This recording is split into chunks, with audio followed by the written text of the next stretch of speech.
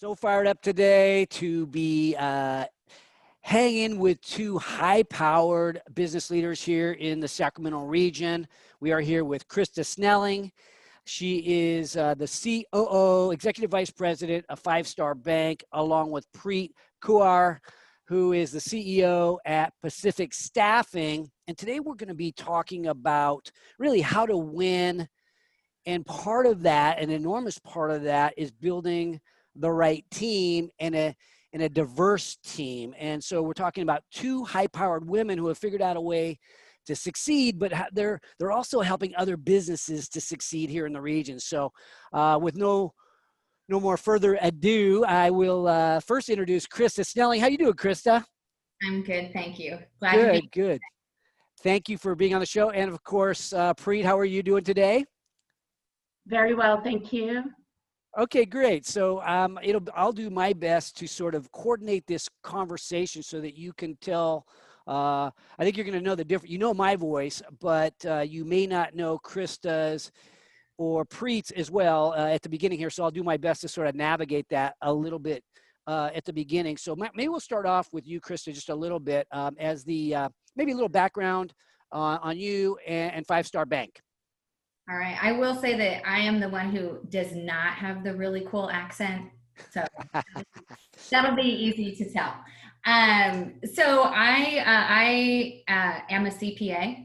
My story and my journey to Five Star Bank, starts where I grew up in Sacramento. I'm from Orangevale. I went to University Pacific for college and UC Davis for graduate school. I was a math and econ person, and I then got a job at Arthur Andersen in the assurance division, became a CPA auditor type.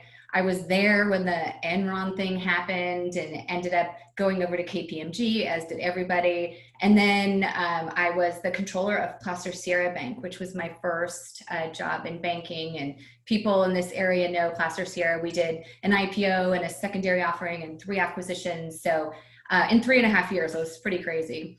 And then I worked at, a couple of different financial services firms for a few years and landed at Five Star in 2009 as the CFO. At that point, did a lot of operational things as well, and took a 4-year sabbatical from Five Star from 2013 to 2017. And now I'm back as the Chief Operating Officer and the CFO. Well, welcome back. And Preet, how about you giving us a snapshot on your journey as well? So I've been in the recruitment, specifically on agency recruitment, for 20 years now, going on 21. I graduated from San Francisco State University in 1999 and just fell into recruiting. My degree is in accounting.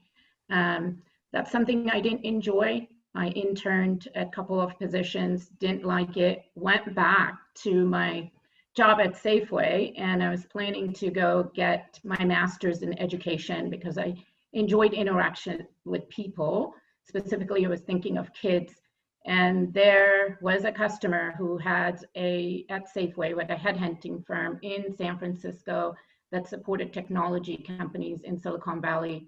He started chatting with me about an opportunity as a recruiter, and I went and interviewed with him, and there I was. So moved to Sacramento in 2002. I've been recruiter in this area since then. So you talk about that, maybe a follow-up question to that is, now you're the CEO of this company. So you sort of started kind of at the bottom of an industry, and then you now you're the CEO of, I guess, one of the most highly regarded staffing companies in the region. Any special keys that we might take away for how you were able to sort of break through? Yes, a lot of hard work, dedication, but I must say I love what I do. I'm a recruiter through and through. So early on when I went into Silicon Valley and started recruiting, it was more of, I ended up telling the owner of RGA Consulting, it's an amazing company. Most of us who left there are either working for Korn Ferries of the world or started their own. So what I would say is I just had an amazing mentor who believed in me. And I was the teacher's pet. I sat right in front of his door, and he got a chance. I had a chance to allow him to give me feedback as I was headhunting for consultants for some key companies in Silicon Valley. So I got lucky. I ended up working with somebody who still mentors me. He's retired since then. His kids have taken over the company, stayed in touch with him, and he's quite proud of all of our accomplishments, anybody who worked for him. So just staying in touch with somebody who's truly good at their art.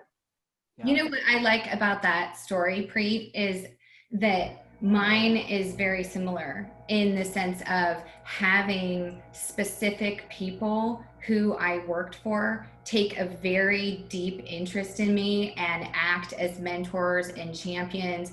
And I've been very fortunate to have that experience at, you know, several different places where I've worked, and, you know, continue to today at 5-star as well. But I love it. And I love it that you keep in touch with him, because that's a big deal. I do the same thing, and I think it's a key factor. Well, interesting question. So to both of you then, so both of you had people who were instrumental in your life as mentors and people that wanted to sort of help you along.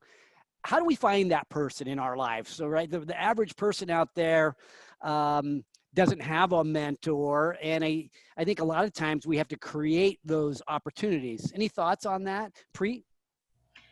I think it's easier to do it now than it used to be, with LinkedIn, social media, you know, virtual networking.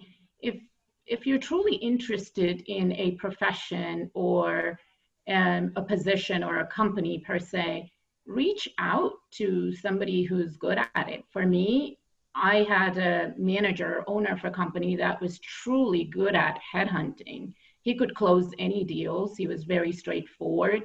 So I wanted to be as good as him. When I told him that, he said, well, I might make you cry. And I said, bring it on, right? So you have to be open to real feedback, because a lot of times I've reached out, or I've had individuals reach out to me. Their idea of having a mentor is somebody who's a motivational speaker type of person. I think a true mentor will be able to sit with you or talk to you and give you real feedback, and you have to be open to it. So it's a two-way street. Yeah, I agree with you, Preet, because the mentors that I have been the people who have served it to me straight.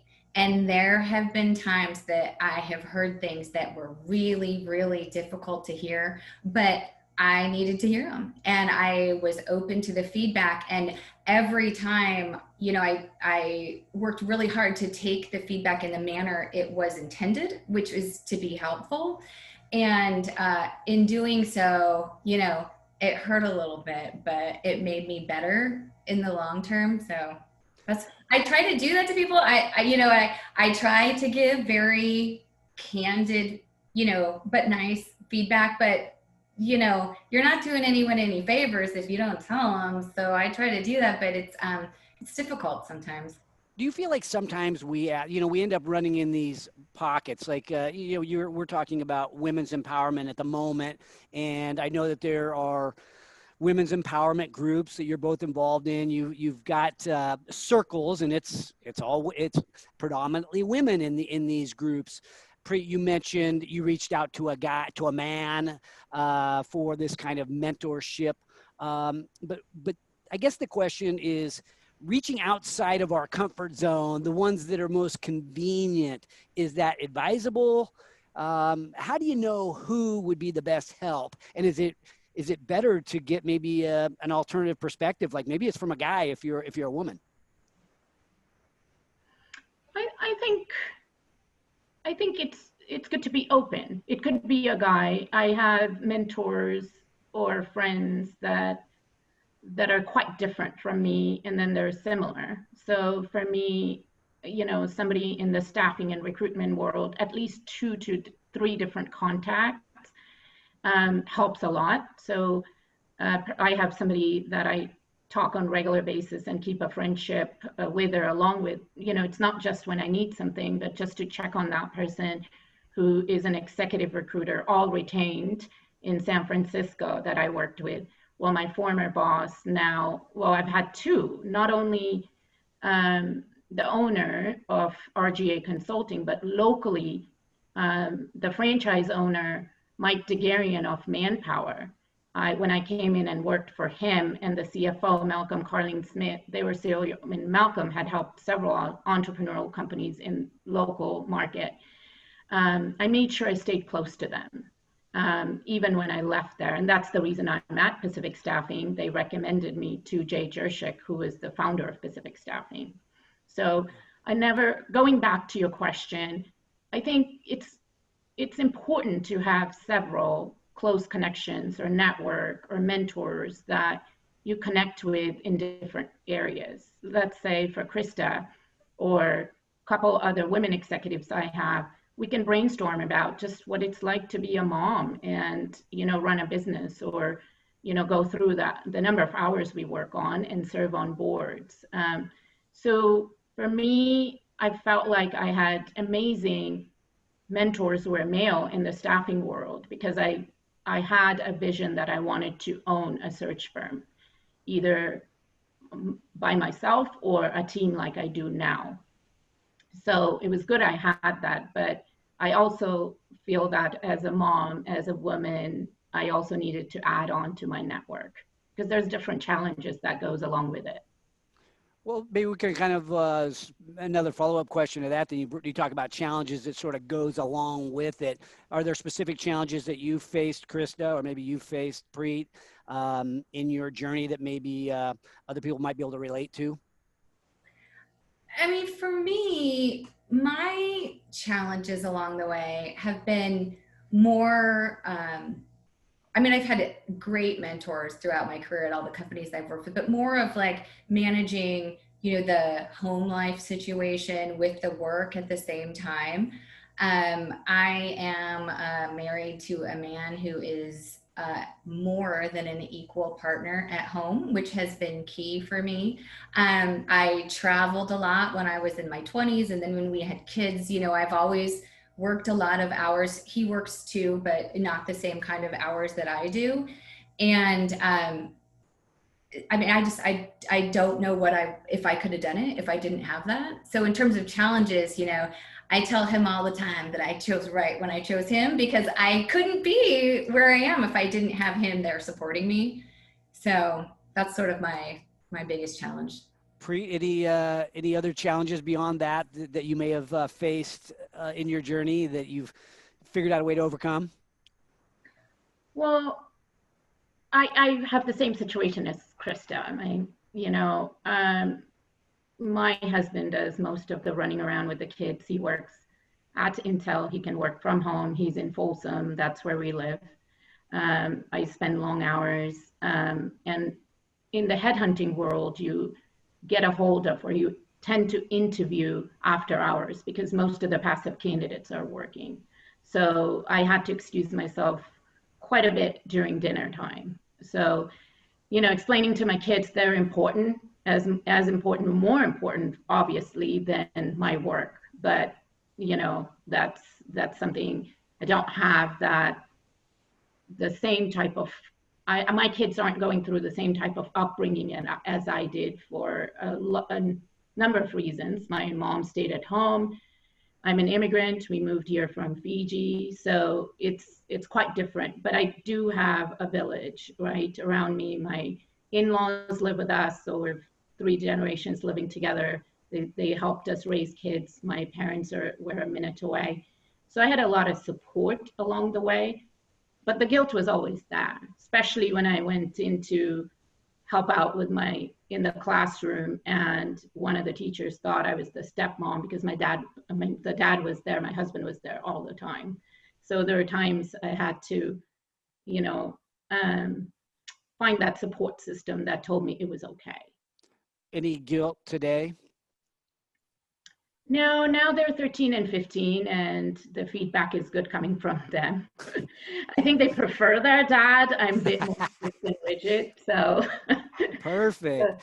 Yeah. So we're today, we're kind of starting out the conversation talking almost like from an employee perspective to an extent of how to win as an executive or as an employee who's going to break through the glass ceiling if it exists, or as it exists. And but we're also, the three of us are all interested in helping businesses succeed, right? So Krista, from a financial end, in many cases, obviously Preet, you are helping people to put the right people in their lives that can help them to succeed. Let's talk about helping small businesses. That's a pretty big part of our audience. And so maybe let's talk about the challenge as it exists, and maybe we can look at it almost as an opportunity as we sit here and think about the way it's always been, and now maybe at different times there's these wake-up calls that says, hey, look, it's time to rethink the mix of our employee base, the mix of our shareholder base, the mix of our board of directors. As we think about that opportunity, we've got a long ways to go. Maybe help us think about where we're at in this, I guess, in this transition in this wake-up call, if you will. Krista, maybe you could kind of start us off. Where are we at? Yeah, well, things are definitely different. I mean, for us at 5-Star, it's meant, we have 140-ish employees right now, and about half of them have transitioned to working from home. And we have, like many businesses, we had to figure that out. I mean, we're a bank, so, we had all of this infrastructure and systems in place in order to do that because, we have business continuity plans and disaster recovery plans and all this stuff. So, it was probably easier for us than it was for a lot of people, but it's been very different. And it's also been interesting to see how our customers are evolving and changing with this. Like our customers that made, display cabinets are now doing a lot of the acrylic, clear stuff, for grocery stores and for bank branches, and seeing these people go, oh, hold on a second, there's an opportunity right there that didn't exist before, and I'm gonna, run through it right now. When we've seen other customers, pivot to more of online sales and more sales techniques that focus on Zoom and online stuff. And it's been really, really interesting and really cool to see. So Preet, just kind of following up on that, we kind of switched over a little bit to COVID as the big challenge of the day. But we've also been talking about diversity and women's empowerment as really a challenge of the day as well, building a diverse culture. So let's kind of tackle them both, if you will. So here we are in COVID, and the needs of our employers are changing. But we're also talking about building a diverse team. It's been something that's been a challenge for a while. So maybe thoughts on both. So diversity, well, as we know, there's a direct impact to return on investment with diversity, right? Because look at Sacramento, we're second largest, second most diverse city. I think Oakland's number one. So that there should reflect that our buying power is very diverse in nature. So if we want to connect to our customers and our community, we should be open to hiring and accommodating diverse group of employees. I feel that we've done a good job, in Sacramento creating diversity initiatives, but I would like to see it more training towards unconscious biases out there, because as much as we think we are open, all of us have some sort of unconscious biases, and there's some conscious. Well, that's a shame if it exists in the company. So education, I am very, very involved with the Sacramento Area Human Resources Association. I've been on the board 4 times, and we've been pushing diversity initiatives for a long time. It's taken off quite a bit this year because of what's going on out there. But I think even as small employers, if we educate ourselves first and foremost as the head of, the executive team, and then go down and make it a priority that we're open to hiring, but also retaining, diverse group of employees, age group, race, color, gender, all of that. Then, When you say unconscious biases, can you give me an example? What do you see out there as you're dealing with the Sacramento business community? Well, we have Sacramento is one of the cities where we have a lot of stay-at-home moms, right? So let's say they return back into workplace, and out of about 115 contract employees at Pacific Staffing, I would say 90 of them are female. I was just looking at it. So a lot of them are either coming back from workforce or they're not the breadwinners. They tend to work project-based positions. So I do feel like there's a lot when we take employees that have had gaps of employment back to our clients, there's that automatic reaction. Oh my God, that's a mom returning back. She's going to need to take time off if the kiddos need to take time off or whatnot. Or sometimes there is names on resumes we don't know how to pronounce, and we're reluctant to ask, like, hey, how do you pronounce this? So all of that, I mean, I don't know if that's a little bit more conscious bias, but then there's a little bit of that unconscious, that if there was a gap of employment, they had a kid returning back to work. So for me, it's all about we do a good job screening. If somebody is ready to go back to work, what they're looking for, let's go. And right now, working moms, mainly moms we're still evolving as, moms and mom and dad role. With COVID, they're being impacted quite a bit with homeschooling, making sure most of them are, I still see that they're going to be the caretakers if somebody got ill, or doctor's appointments and whatnot. And there's quite a bit of planning around that. So there's a lot more of that. We feel like if we automatically take a resume that's more female, there's more questions asked in certain positions. So, we just have to be careful how we navigate through that. But also, I have a few clients that are very progressive. They're open to hey, we have programs in place. We will support if something, God forbid, something happens, or you need extra time with your kids. And there's some employers hiring additional temporary staff to make sure they can maintain that if they have leave of absence or whatnot. It all depends what you can afford. Yeah. I understand small business, there's limitation, right? You have very few employees to begin with. True. Now at 5-Star, Krista, you've been proactive, I would say, and really creating, I don't know, I would say a very diverse leadership team, strong women. Where are you at in the journey as far as building out your employee base and diversifying, if you will, to sort of match the needs of the community? It is something that we focus on every day. Literally, every time we hire, we make sure that we are posting jobs, in a wide array of places to get the most diverse candidate pool that comes to us. And we have an HR department that does a lot of really good screening. And, by the time the candidates are presented to the hiring managers, they're pretty well vetted, and the hiring managers don't have to worry about any of that stuff.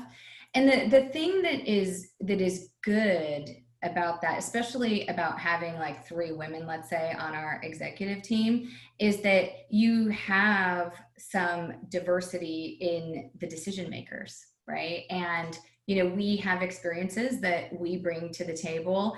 And, like Preet and I were talking today, this is a little bit off topic from what you were saying, but Preet and I were talking this morning that neither one of us has ever had a woman as a mentor in our lives.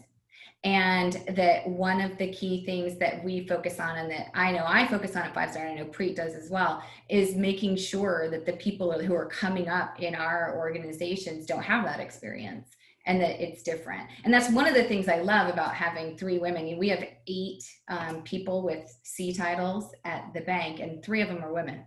So, I mean, that's pretty good. That's a testament. Yeah. Well, you think about smaller companies, Preet, you were talking about smaller companies who maybe only have 3, 4, 5, 10 employees. and earlier stage companies. I can see the more established companies that have been around a while and have several employees that have sort of caught up in the old school way. It might be tougher for them to make the shift or make the pivot to being more progressive, where a smaller company, I think, and maybe even more of an early stage company, has more of an opportunity to sort of build that foundation early on. Advice or thoughts on really how you do that in terms of building out that leader, finding those right people. Sure, put out job postings, but many times in those early stage companies, you're looking for just real people just to kind of pitch in and lend a hand. And a lot of times it's by convenience. Yeah, I mean, to start out with recruiting, it has to be well thought out process. Otherwise, your talent makes your business, not the other way around, right? It's key, especially in a startup phase. So it's an exercise you have to do. Put together a candidate profile. What would be the person that I would say go through? What are your strengths as a founder? What sorts of weaknesses do you have? What do you need from another person? What would work? And being very open and honest and transparent about, how you work, what's your work style, what your expectation would be. So whenever I take a position early on, I say, well, a lot of times people think they know what they want, and they will know when they meet somebody. But recruitment is, it's getting much more challenging now, because candidates also, a good employee will also want to know that there is a serious connection. So I go through an exercise of, okay, what are your strengths and weaknesses? What are you looking for? What's your vision? What's your mission? Where do you see this business? What are your expectations 3 months, 6 months, a year from this role? So we go with that, and everything else from what it would look like. We do get somebody who's like, well, that 10 years of experience would be perfect. Well, I don't think that matters anymore, right? It has to be relevant experience. So that's where ageism and all of that's where the biases start coming in, right? That's what they would look like. This is the type of university they went to. So a lot of times we like to surround people just like us, because it's comfortable. And I think we have to get used to going back to a little bit uncomfortable, right? Not only we get to tell you as an employer, what our vision is, but also listening in, because a good employee will bring a lot to the table and help grow. Because of some of the circumstances that have happened most recently, George Floyd and so on, is the conversation about diversity, generally speaking, is it more common in your conversations today around hiring with boards of directors or with HR directors? Is diversity a more common subject today than it was yesterday? Absolutely. I had 3 diversity and inclusion roles that I have taken one search, and 2 more coming. So our local employers are looking to add diversity and inclusion offices fairly quickly. And they're openly saying like, hey, we are opening, I have a position with a not-for-profit here locally, and they're looking for a diversity candidate for their head of HR because they don't have enough on their board. But I'm also getting a lot of questions from candidates. As we're doing an intake with our candidates for any key positions, they are asking if the employer has a good diversity program. It's important. Millennials are going to push it. They will walk away from companies that aren't open and to diversity and inclusion as something they live by in their mission. Interesting. So let's talk about, I'm going to switch back over to, you brought up COVID, or brought up today's economic climate. It's changed because of COVID. It's changed for a lot of reasons. There's a lot of uncertainty. People are moving their businesses to online. Certain businesses have found a way to thrive. Others of them are still on their heels. What are we seeing today from a HR standpoint, and maybe even a finance standpoint? who are the winners and losers right now? Who's hiring? If I'm out there going, I want a job, where should I be looking right now? Mortgage, grocery. We are doing fairly well. I mean, I lost about a third of a business, maybe April, May. June, July picked up, and August, September, we're back to where we were pre-COVID in our direct hire activity as well as temporary. So financial services companies, mortgage industries, real estate development, even construction had stayed strong. There aren't a lot of newly created positions in construction.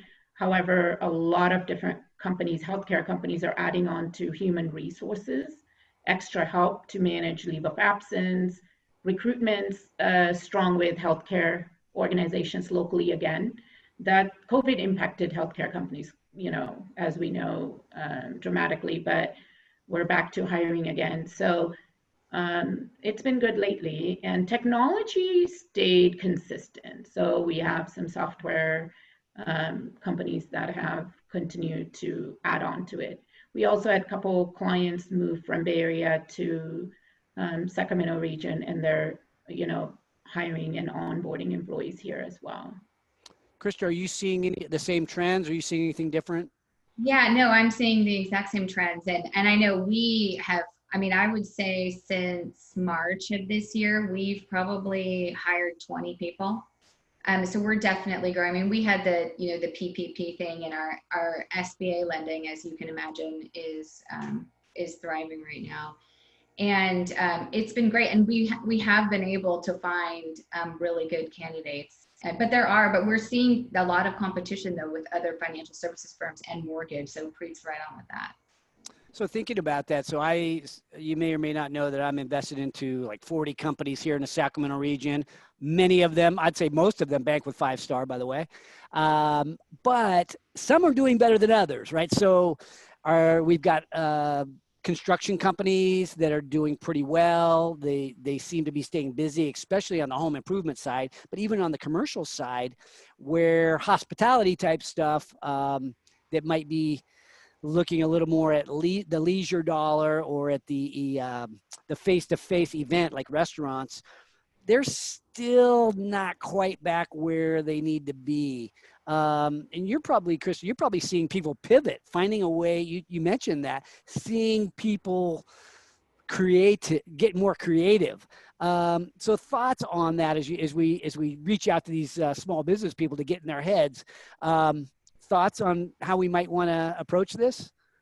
Yeah, I think that being open-minded and creative and, stepping into any kind of void that you see out there is, where it's going to happen. Those are the people that we've seen where, we have a couple customers where, they're now, as of 5 months ago, doing something that they had never thought about doing before. The perfect example are these, acrylic plexiglass barricade things, right? Like we have 2 customers that I can think of off the top of my head who didn't make any of those 5 months ago. And now, they have so many orders, like the biggest problem they have is getting their hands on the plexiglass, right? Because, it's harder to come by, but that kind of thing, and being nimble and thoughtful and open to change is, helping those people make it through this time.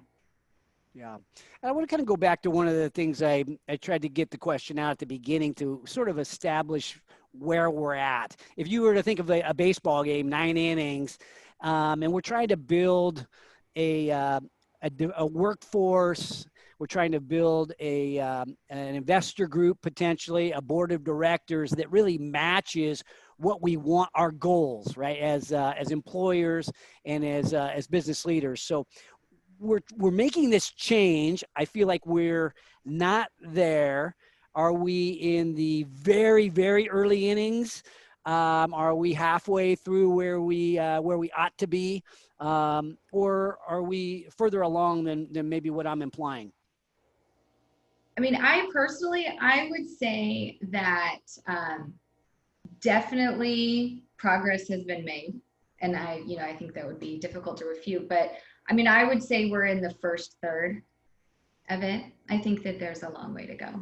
Yeah, you feel like it's less with the women's empowerment than it is the general diversity that might incorporate I don't know, age and race and other areas beyond just what sex we are. Yeah, I mean, there definitely is work to be done on all of it. I mean, maybe the women's angle is a little bit farther along than the others, but there's work to be done on all fronts. But like Preet said, I do feel like the message has been received by the businesses and by candidates, because we're experiencing the same thing where people are asking us questions along those lines, like, what are you doing and how are you doing it? And our customers are asking, and our regulators are asking, which is an interesting angle too. So it's great to see. And I think that, once you have buy-in from all of those cohorts, people will do the work and it will happen. What about from a customer angle for a bank? Are you looking to diversify your customer base so it's more diverse, or is it predominantly more on the, it's called employees and executive team? It's all of it. It's employees, it's executive, it's vendors, it's customers, it's all of it. Mm-hmm. And you're probably, okay, so what inning are we at, Preet? Krista says we're in the first 3 innings somewhere. Message received, but we've got a long way to go. Thoughts? Yeah, I'm with Krista. The message is received. Like for me, I have quite, my story is quite positive, right? My 3 mentors, Richard Englehart, Mike DeGarian, Malcolm Carling Smith, are all white male over 65, and they wanted me to succeed. They saw me through it. When I bought the company from Jay, Malcolm, who's retired since then, he's a CPA as well as an attorney. He came and made sure that, the whole deal was done well and looked at the books. So I've gotten more than, enough. So I always had that message that if you go seek, you will find. But not all of my friends have been that fortunate that there were people behind them. I didn't have to put any money into this company. I had to earn it. I had to meet certain criteria and have some work.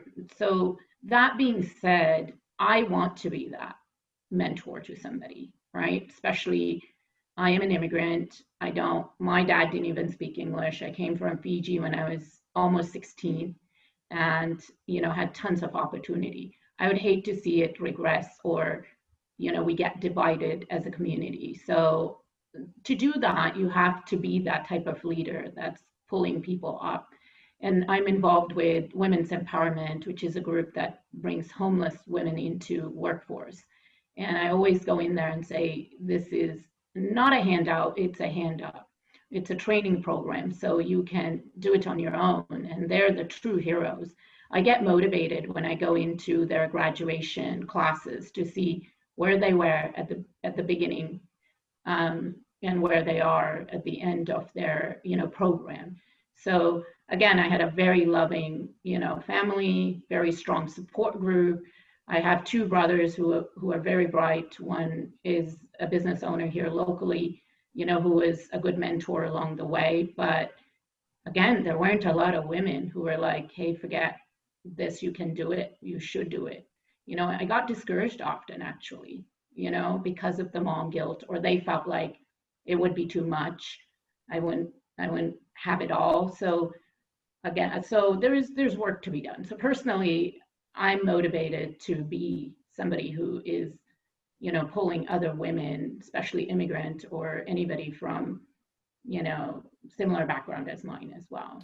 One of the things I love about 5-Star, and I see this on your, Krista, on your social media channels, it's something I've tried to do with the Mark Haney show over the years, is highlighting the stories of winning. Because if we can have positive examples like you two, right? Each of you is a very positive example. And the more that we highlight, I think, those stories, the way you do it 5-star, the way I'm attempting to do, I think it makes those of us out there that are thinking, can I do this? Well, if Krista did it, if Preet did it, if somebody at Women's Empowerment had a before and after story, like if we can highlight those stories, find a way to celebrate those victories, to me, that's a huge part of how we're going to get from, let's call it the second inning, the third inning, first inning, how we can advance this thing so we can have some, so we can change the, kind of the landscape of the region. And I think it happens one success story at a time. So I want to congratulate you, Krista, for your organization and what you do. But what else can we do? Okay, highlighting these success stories, getting the right mentors. We talked about that. Are there any other things that we should be thinking about as business leaders? Look, we have to encourage this sort of behavior. Yeah. I mean, I'd add, building networks and making connections. Like I know at 5-star, about a year and a half ago, we created a group of all the female executives at our customers and female business owners. Preet is in this group, and we did several really fun events where we ended up with 30, 40 women all together with the one connection being 5-star. And it was funny because, we invited Preet to this thing, and then we invited another one of our large customers, and then we get to the event and the two of them are like best friends. And I'm like, well, hold on a minute. How do you know each other? And they've already been, each other's friends and champions along the way.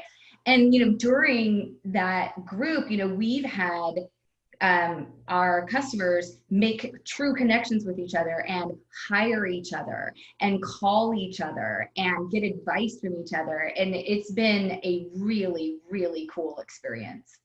Awesome. Preet, same question. Anything we should be doing? Okay, so brought up the community, and it sounds like a lot of the things we're talking about is nobody builds a truly great company or even a great life alone. You've put spouses in your life that are key, strong people. You've put, you've got mentors. You talk about building this community, Krista. Other thoughts along those lines, or maybe to sort of add on to what's already been discussed, Preet? I would add on to different thought leadership groups, right? I try to, stay well networked. So I try not to miss any legal updates, or if, any of the CPA firms are having any events, some charity events where I could meet. I look at who will be there. So either it's a VC firm having, a toy drive, or it's a school career services with the MBA program at Sac State. Whenever I get, or the economic review, I try to attend all of that, but also, spin off from those groups. Like I find 5-stars, the women executive group, quite helpful. I build relationships with, few of the executives from that group who I can call for different reasons. So I say more, we can strengthen that for, up and coming emerging leaders as well. It's key that we keep giving back, but also have different thought leadership groups or think tanks. When I started recruiting in Silicon Valley, there's quite a few, and I really truly enjoyed it. And it's fun and good to see that Sacramento is trending that way now within the last 5-6 years. Okay, well, we only have a few minutes left. I want to give each of you maybe a chance to have some closing thoughts that you might share. My closing thoughts are, thank you. I appreciate you sharing your stories, reaching out to that next generation of business leader. In this case, we've been talking more about women's empowerment, but I think any of us that are not satisfied with the status quo, and we have these fears about, should I reach out, and you, both of you being so, I guess, open to helping that next person in line. To me, that's very gratifying. I want to be that person for the entrepreneurial community. Despite, no matter what you look like, I want to help build entrepreneurs, because I think entrepreneurs solve the world's biggest problems, and they're really the key to Sacramento's future and to the future of our country. So to me, I love the entrepreneur, and I think it's where the creativity comes from. So I want to help them. And so we appreciate you sort of having that same mentality. But I want to give you a chance to each of you to have closing thoughts on the business climate, on this issue specifically. And again, thank you both for joining me today. So maybe I'll start with you, Krista, and then we'll let Preet, we'll have you have the last word. You know, Mark, I'm just happy that we're having this conversation, because the fact that we're having it means that the progress is being made, right? And we're going to progress through the innings. You know, this COVID situation is difficult, which, you know, is the understatement of the century, but the bonds that we're forging and the things that we're learning, you know, are going to serve us going forward. And the fact that this conversation about diversity and women and race and gender and, you know, all of it is happening is it's going to move everyone forward, entrepreneurs and all. Love it. All right, Preet, you've got the last word. Well, I agree with Krista. This is great that we're having this conversation. Even as a women-owned, minority-owned business, 6 months ago, I didn't want to go with that because I felt like I'm truly a good recruiter. Look at me that way versus anything else.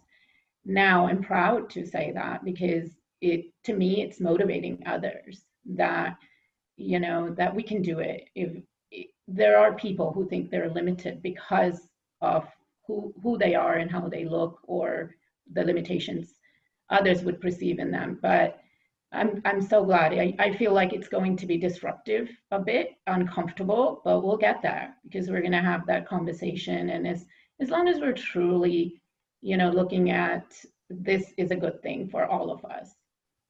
It begins with a conversation, and it's good for all of us. Thank you, Krista, Preet, for what you do for the Sacramento community, and for helping out on the Mark Haney Show today. So thank you very much. Appreciate you joining me. Thanks for watching today's show. My goal for every episode is that you find a takeaway, something tangible you can use in your business today. And if you have a comment about a favorite takeaway, feel free to put it in the box below. And if you have a topic that you'd like me to bring up on the show, don't forget to let me know. And also, don't forget to subscribe to our YouTube channel if you want to learn more about entrepreneurship. Because at Haney Biz, we are always by your side.